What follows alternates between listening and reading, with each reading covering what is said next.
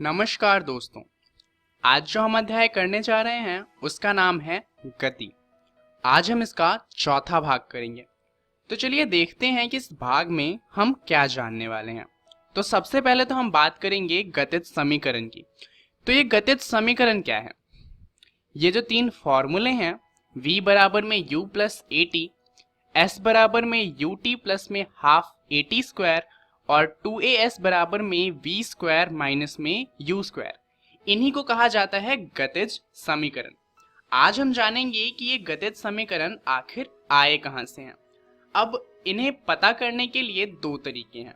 एक तो है जहां पर हम इक्वेशंस का इस्तेमाल करते हैं और दूसरा है जहां पर हम ग्राफ का इस्तेमाल करते हैं। आपकी जो एनसीईआरटी की किताब है उसमें सिर्फ ग्राफ वाला बताया गया है। ऐसा इसलिए क्योंकि जो इक्वेशन वाला है, ग्राफ वाले में कहीं ना कहीं हम उन्हीं का इस्तेमाल करते हैं। तो यहाँ पर हम सबसे पहले समझेंगे कि आखिर किसी समीकरण से इन समीकरणों को कैसे निकाला जा सकता है। तो चलिए इन सब को समझने से पहले एक बार ध्यान दे लेते हैं कि आखिर v, u, s इन सब का मतलब क्या है।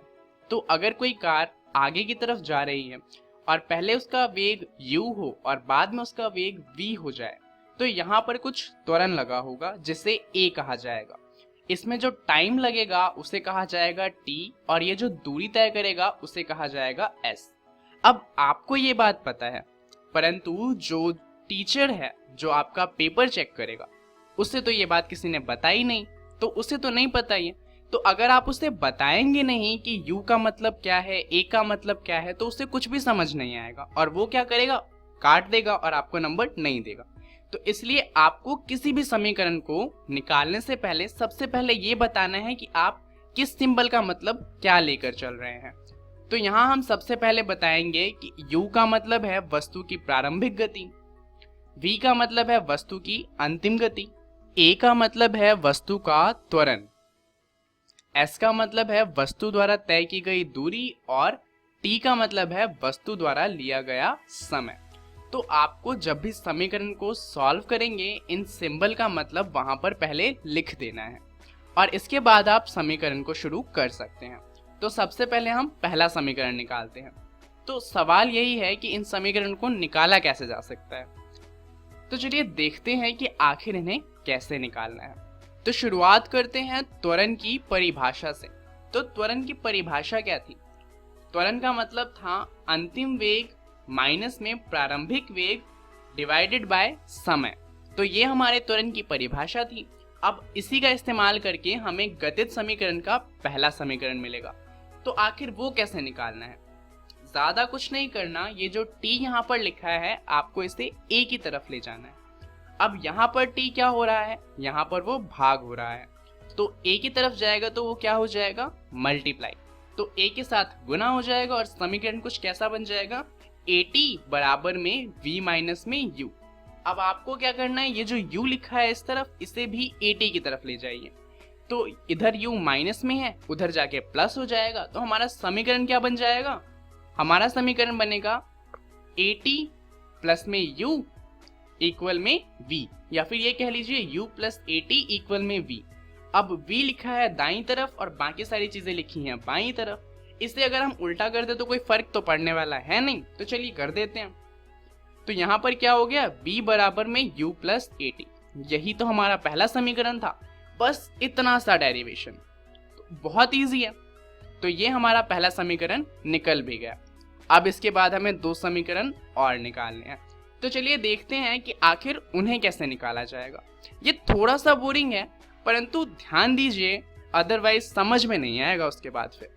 तो पहला समीकरण हमारा निकला था त्वरण की परिभाषा से, अगले दो समीकरण निकलेंगे गति की परिभाषा से। तो गति की परिभाषा क्या कहती है, गति बराबर में दूरी अपॉन में समय, यानी कि v बराबर में s अपॉन में t। अब यहाँ पर कितनी गति है, ध्यान दीजिए, एक हमारी गति है प्रारंभिक गति और एक है अंतिम गति। तो एक है u और एक है v। अब यहाँ पर कौन सी गति लें, दोनों में से कोई एक उठा लें या फिर दोनों उठा लें। अब दोनों नहीं ले सकते, एक भी नहीं ले सकते, तो हम क्या करेंगे, यहाँ पर हम निकालेंगे औसत गति। औसत गति कैसे निकल जाएगी, दोनों को जोड़ देते हैं और डिवाइड कर देते हैं 2 से, औसत निकल जाएगा। तो v की जगह हमने लिख दिया u प्लस में v अपॉन में 2 बराबर में s और t वैसे ही रह जाएंगे। अब हमें क्या करना है, ये जो t है इसे ले आइए दूसरी तरफ। तो s की वैल्यू क्या आ जाएगी, u प्लस वी अपॉन में 2 पहले से था और ये जो t डिवाइड हो रहा था s की तरफ, यहाँ के मल्टीप्लाई हो जाएगा। अब अगर आपके पास ये समीकरण कैसे आया समझ में आ गया है, तो समीकरण बाकी के दो निकालना बहुत ईजी है, क्योंकि यहाँ पर हमें क्या करना है, एक बार v की वैल्यू डालनी है तो उससे हमें एक समीकरण मिल जाएगा, और दूसरी बार ये जो t दिख रहा है आपको यहाँ पर, उसकी वैल्यू डालनी है और उससे हमें दूसरा समीकरण मिल जाएगा। तो अगर आप यहाँ तक का स्टेप याद रखते हैं और आपको यहाँ तक का स्टेप समझ आ गया है तो बहुत अच्छी बात है। चलिए देखते हैं कि इसके आगे दोनों समीकरण इससे कैसे निकालना है। तो इसको लिखते हैं थोड़ा ऊपर और अब देखते हैं कि v की वैल्यू क्या होगी। तो हम जानते हैं a बराबर होता है v माइनस यू अपॉन में t। अगर हम t को एक तरफ ले जाएं और उसके बाद u को भी दूसरी तरफ ले जाएं तो हमें यहाँ से v का पता चल जाएगा। v क्या आ जाएगा, u प्लस में at। कुछ नहीं करना, बस इस v की वैल्यू को यहाँ पर डाल देना है। तो ये क्या हो जाएगा, s ब्रैकेट में u का u रहेगा, प्लस में जो v था उसकी जगह आ जाएगा u प्लस में at। डिवाइड का 2 वैसा ही रहेगा और जो t मल्टीप्लाई हो रहा था वो भी वैसा ही रहेगा। अब यहाँ पर जो अंदर दो u हैं उनको हम जोड़ देंगे, तो नया क्या बन जाएगा, s बराबर में 2u प्लस में at अपॉन में 2, और जो बाहर t मल्टीप्लाई हो रहा था वो वैसा ही रहेगा। इसको थोड़ा ऊपर लिख लेते हैं। अब यहाँ पर क्या करेंगे, जो t बाहर मल्टीप्लाई हो रहा था उसे अंदर मल्टीप्लाई कर दीजिए। तो यहाँ पर क्या होगा, 2u के साथ जब t मल्टीप्लाई होगा तो आ जाएगा 2ut, और जब at के साथ t मल्टीप्लाई होगा तो क्योंकि यहाँ पर 2t हो जाएंगे तो हो जाएगा t स्क्वायर, अपॉन में आ जाएगा 2।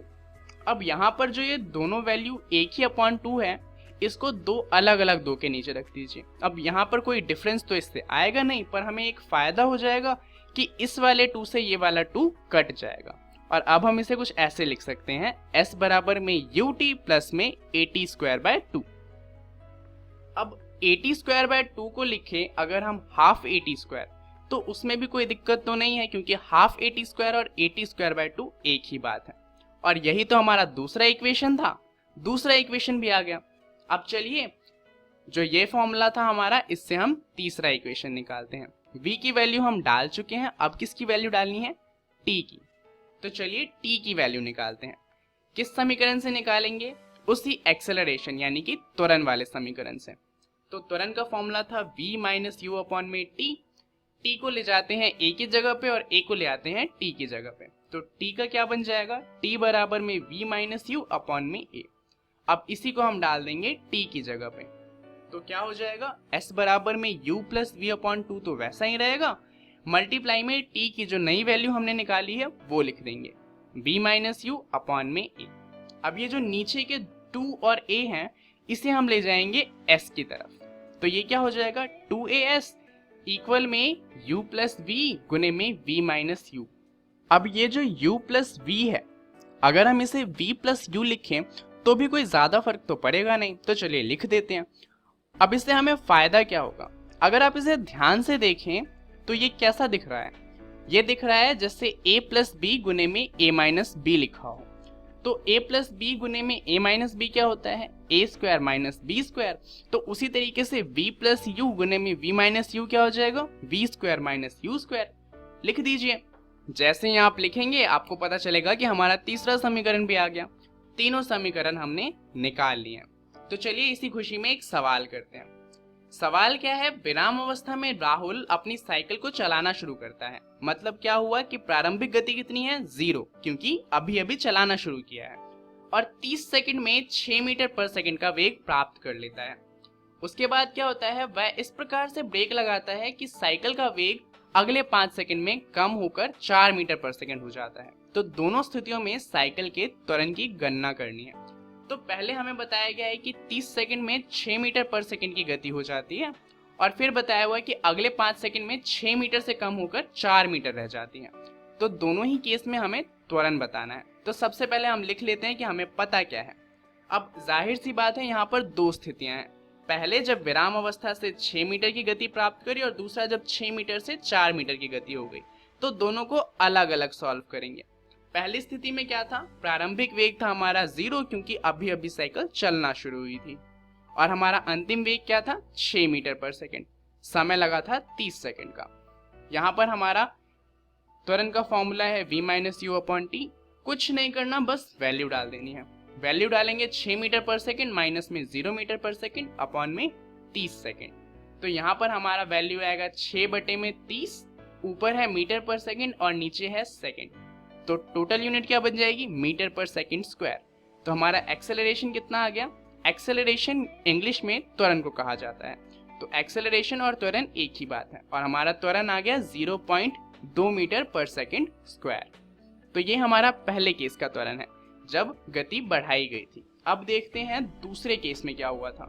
दूसरी अवस्था में प्रारंभिक वेग क्या हो जाएगा, इस बार प्रारंभिक वेग हो जाएगा 6 मीटर पर सेकेंड और अंतिम वेग हो जाएगा 4 मीटर पर सेकेंड, क्योंकि 6 मीटर से साइकिल पहले ही चल रही थी और बाद में ब्रेक लगा था तो 4 मीटर आ गई थी। टाइम लगा था 5 सेकेंड का। फिर से फॉर्मूले में वैल्यू डालेंगे। वैल्यू डालने पे हमें पता चलेगा कि आंसर आया -2/5। सॉल्व करेंगे तो आ जाएगा माइनस में 0.4 मीटर पर सेकेंड स्क्वायर। माइनस हमें बता रहा है कि गति कम हो रही है। तो इस वीडियो में हमने जाना गतिज समीकरण के बारे में।